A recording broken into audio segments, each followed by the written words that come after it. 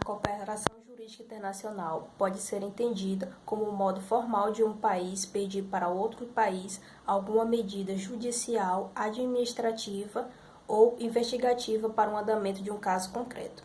Dessa forma, podemos entender que as relações jurídicas não se desenvolvem dentro de um único país, sendo a autoridade central o órgão responsável pela boa condução das relações jurídicas entre os países. Quem exerce a função de autoridade central no Brasil é o Ministério da Justiça, na maioria dos tratados em vigor, por meio do Departamento de Recuperação de Ativos de Cooperação Jurídica, por meio também da Secretaria Nacional de Justiça e também por meio do Departamento de Estrangeiros. O Departamento de Recuperação de Ativos e Cooperação Jurídica, ele analisa e tramita os pedidos de cooperação jurídica internacional. E o Departamento de Estrangeiros analisa e tramita os pedidos de extradição e transferências de pessoas condenadas. A maioria das relações jurídicas, elas precisam são acordos bilaterais e também não são mais feitos unicamente. Os estados, eles precisam um dos outros para poder ter essas relações. Então, no Brasil, a base para a cooperação jurídica internacional é justamente o artigo 26 do Código de Processo Civil, que diz que a cooperação jurídica internacional ela será regida pelos tratados internacionais nos quais o Brasil seja o signatário ou, na falta destes, por meio da reciprocidade manifestada pela via diplomática. Como solicitar a cooperação jurídica internacional? A autoridade requerente deverá formular um pedido e deverá encaminhá-lo para a autoridade central, que, por sua vez, o transmitirá para o contraparte no exterior. Eu também vou dar algumas informações úteis sobre a diligência. Deverá haver citação. A citação deve haver a qualificação completa, como o seu nome dos pais, o endereço para poder localizar. Deverá também haver oitiva das testemunhas, réus ou vítimas, que também deve haver uma qualificação completa da pessoa a ser ouvida, como o nome dos pais, endereço para ser localizada, perguntas a ser realizadas, documento de identidade e outros meios de prova, que deverá indicar de forma precisa e clara as provas requeridas para a diligência e o benefício da assistência gratuita.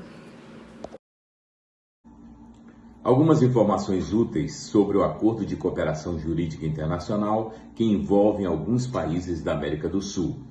Todos os pedidos de cooperação jurídica internacional encaminhados à Argentina, Paraguai e Chile são disciplinados pelo Acordo de Cooperação e Assistência Jurisdicional em Matéria Civil, Comercial, Trabalhista e Administrativa entre Estados partes do Mercosul, a República da Bolívia e a República do Chile, promulgado pelo Decreto 6.891, de 2 de julho de 2009. Vale ressaltar que a Bolívia e o Uruguai ainda não ratificaram o acordo.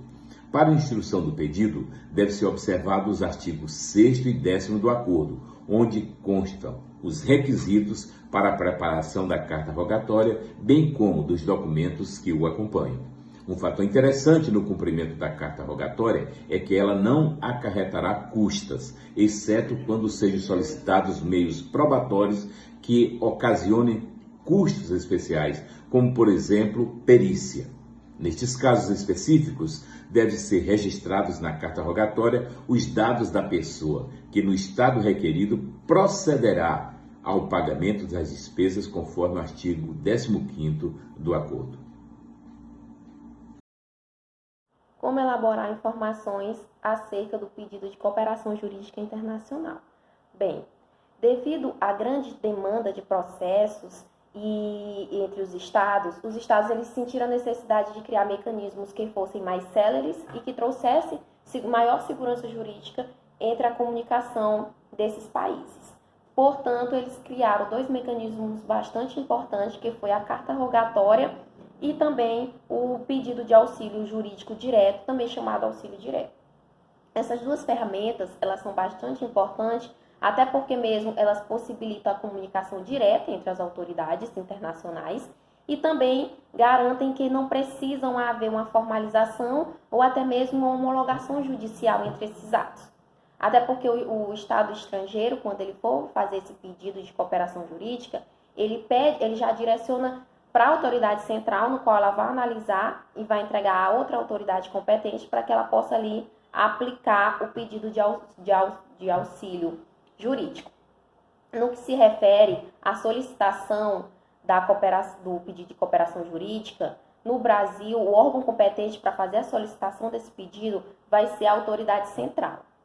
E no que se refere também o que se pode ser solicitado nesse pedido de cooperação jurídica quando é direcionado ao nosso Estado brasileiro, o próprio Estado, internacional, ele pode requerer que o pedido seja executado da mesma forma que é aplicada a legislação do Estado internacional, porém vai caber ao Estado brasileiro analisar se esse pedido não vai ferir os princípios do Estado democrático jurídico de direito, e também se não vai atentar à ordem pública. Caso não atente, aplica-se a norma.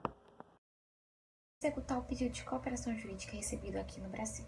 Bom, primeiramente é importante observar que os mecanismos de cumprimento interno dos pedidos de cooperação jurídica são definidos pela lei processual de cada país. Logo, eles não irão se coincidir. Aqui no Brasil, os mecanismos através dos quais se dá esse cumprimento são por meio da carta rogatória e auxílio direto. Irei falar brevemente a respeito do procedimento de ambos. Bom, em relação à carta rogatória, ela se concretiza em um documento oficial. Esse documento oficial, ele serve de veículo para um pedido de cooperação jurídica estrangeira. Em relação ao auxílio direto, se dá da seguinte maneira seu procedimento. Ele é encaminhado para uma autoridade competente que, conhecendo os fatos narrados pela autoridade estrangeira, irá realizar a diligência necessária ou, de acordo com a nossa legislação, pleiteará a medida junto a um juiz federal de primeira instância. Jainara, e em relação a qual lei processual é aplicada na execução desses pedidos? Bom, a lei que norteia, que é aplicada na execução desses pedidos, é a lei do Estado requerido.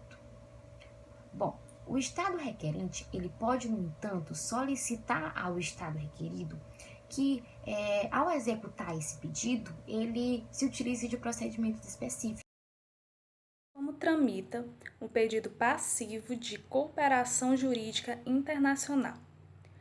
Então, o procedimento de tramitação interno do pedido de cooperação jurídica internacional vai variar de acordo com a existência ou não de tratado que o regulamente. Na ausência de tratado, a tramitação ocorre por via diplomática. O trâmite dos pedidos por via diplomática é descrito no Código de Processo Penal Brasileiro, no artigo 783, que afirma que as cartas rogatórias serão, pelos respectivos juízes, remetidas ao Ministério de Justiça, a fim de ser atendido seu cumprimento por via diplomática às autoridades estrangeiras competentes. O Ministério da Justiça atua, nesse caso, no exercício de funções de autoridade central, na cooperação jurídica internacional, por força do Decreto número 9.662, de 1º de janeiro de 2019. Cabe ao Departamento de Recuperação de Ativos e Cooperação Jurídica Internacional, órgão da Secretaria Nacional de Justiça, exercer essas funções dentro do Ministério de Justiça da Secretaria Pública. Ressalta-se que, embora esteja previsto isso em uma norma de processo penal, essa regra aplica-se historicamente, caráter costumeiro, aos pedidos de cooperação de toda e qualquer matéria. Com quem possuímos os tratados de cooperação? O Brasil é parte de diversos tratados de cooperação jurídica internacional em matéria civil, sejam bilaterais, regionais ou multilaterais. Dentre os últimos se destacam aqueles negociados no âmbito da Organização das Nações Unidas, da Conferência de Haia de Direito Internacional Privado e da Organização dos Estados Americanos. No caso dos regionais, destaca-se o Mercosul.